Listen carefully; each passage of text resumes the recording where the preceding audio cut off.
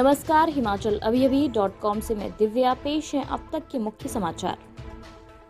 Unlock होकर 3 घंटे बाजार में पहुंच रहे लोग बसों के न चलने से परेशान भी दिखे। कुलदीप राठौर की नजरों में जयराम सरकार नींद में अपनी सुविधानुसार ले रही फैसले। कांगड़ा व मनाली में अलसुबह भूकंप के झटके, जान माल का नुकसान नहीं। ऊना में दर्दनाक सड़क हादसा, बाइक सवार ने मौके पर ही तोड़ दिया दम। कोरोना संक्रमण से थोड़ी राहत, 5 दिन बाद देश में 4 लाख से कम नए मामले। ममता बनर्जी के 43 मंत्रियों ने ली शपथ, कुछ विधायक वर्चुअली हुए कार्यक्रम में शामिल। कार खरीदते वक्त ही जुड़ जाएगा नॉमिनी का नाम, मौत के बाद ट्रांसफर हो जाएगी गाड़ी। अब समाचार विस्तार से। देश व प्रदेश में बढ़ते कोरोना के मामलों को देखते हुए आप भी सुरक्षा के एहतियात उपाय जरूर करें। मास्क पहने, सोशल डिस्टेंसिंग के लिए 2 गज दूरी है जरूरी और अपने आसपास सफाई बनाए रखें।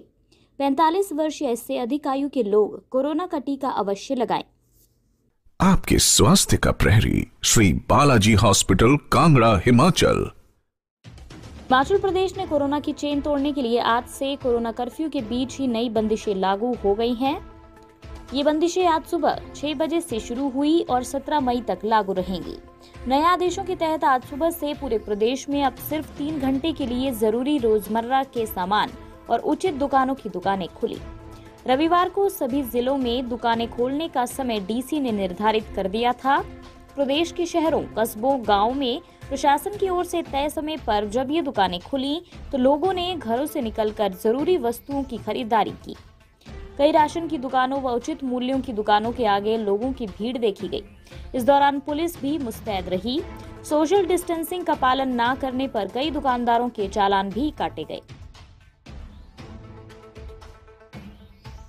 हिमाचल कांग्रेस अध्यक्ष कुलदीप सिंह राठौर ने कोरोना कर्फ्यू के बाद आज से पूर्णबंदी, जिसके तहत बसों की आवाजाही पर पूर्ण रोक लगा दी गई है, पर अपनी प्रतिक्रिया देते हुए कहा कि सरकार नींद में अपनी सुविधा के अनुसार फैसले ले रही है।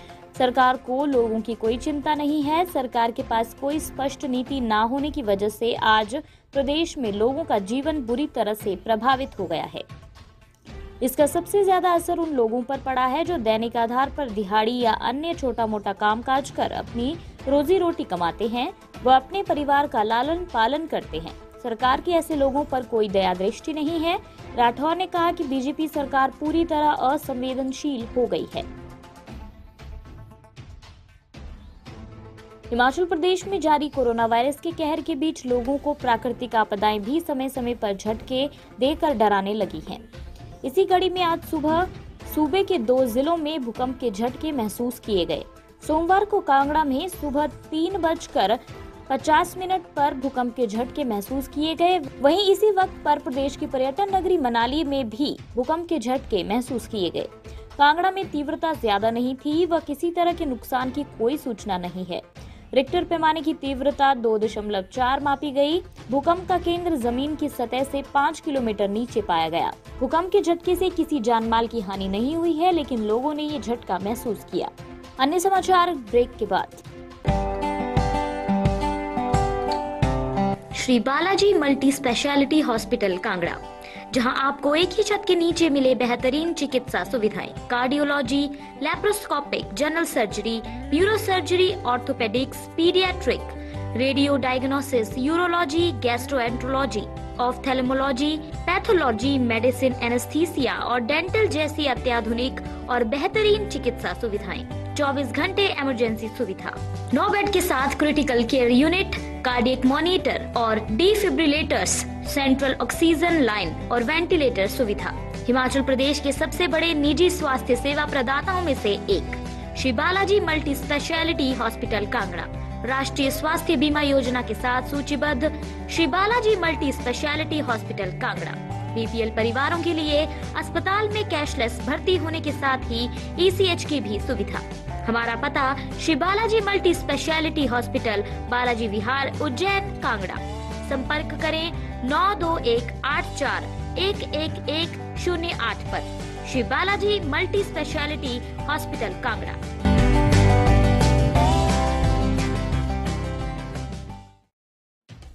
पुलिस थाना अंब के तहत रामनगर नकड़ो में हुए एक सड़क हादसे में बाइक सवार युवक की मौत हो गई।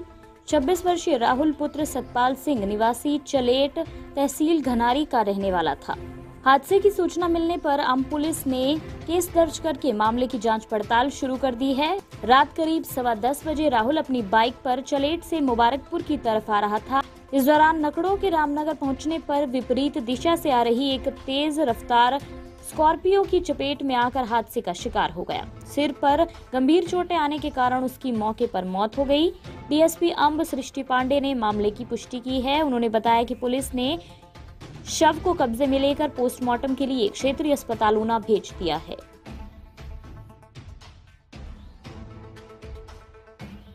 कोरोना संक्रमण से 5 दिन बाद देश में थोड़ी राहत इसलिए दिख रही है क्योंकि बीते एक दिन से 4 लाख से कम नए मामले सामने आए हैं, जबकि मौतों का आंकड़ा भी कम हुआ है। इसी बीच राहत वाली बात यह है कि देश में टीके का संकट खत्म हो जाएगा। जुलाई से रूस के स्पुतनिक वी का उत्पादन भारत में ही होने लगेगा। खैर, बात बीते 24 घंटों की करें तो देश में कोरोना से एक दिन में 3.53 लाख लोग स्वस्थ हुए। इससे सक्रिय मामलों में कमी आई। रविवार को नए संक्रमितों की कुल संख्या 3,66,317 रही। वहीं मरने वाले कोरोना मरीजों की संख्या में भी कमी आई और ये 3,747 दर्ज हुई है। केंद्रीय स्वास्थ्य मंत्रालय के अनुसार देश में 3,747 और मरीजों की मौत होने के बाद कुल मृतकों की संख्या बढ़कर 2,46,146 हो गई है।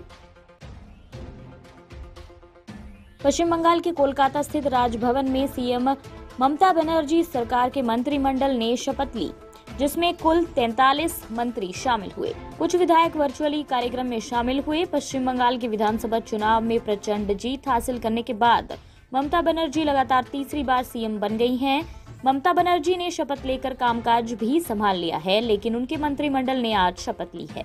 पश्चिम बंगाल की राजधानी कोलकाता में राजभवन में कोविड गाइडलाइंस का पालन करते हुए बंगाल के राज्यपाल जगदीप धनखड़ ने सभी कैबिनेट मंत्रियों, स्वतंत्र प्रभार राज्य मंत्रियों को शपथ दिलवाई। वहीं 3 मंत्रियों ने वीडियो कॉन्फ्रेंसिंग के माध्यम से शपथ ग्रहण की।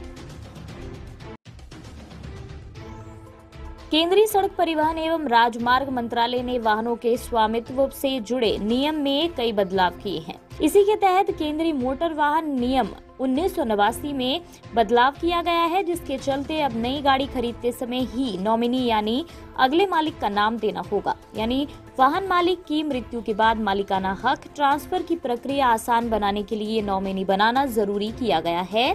गाड़ी के नॉमिनी के पास ठीक उसी तरह का अधिकार होगा जिस तरह बैंक खाते के नॉमिनी के पास होता है। अभी तक ये सुविधा नहीं थी, जिससे वाहन को ट्रांसफर कराने के बाद में मुश्किलों का सामना करना पड़ता था। लेकिन अब नई व्यवस्था के तहत वाहन जिसके नाम से है, उसकी मृत्यु होने पर नॉमिनी को अपने नाम से वाहन कराने के लिए फॉर्म 31 से भरकर देना होगा। इसके बाद 3 महीने के अंदर नॉमिनी के नाम पर वाहन का ट्रांसफर हो जाएगा। इसी के साथ ये रेडियो बुलेटिन यहीं समाप्त होता है। धन्यवाद।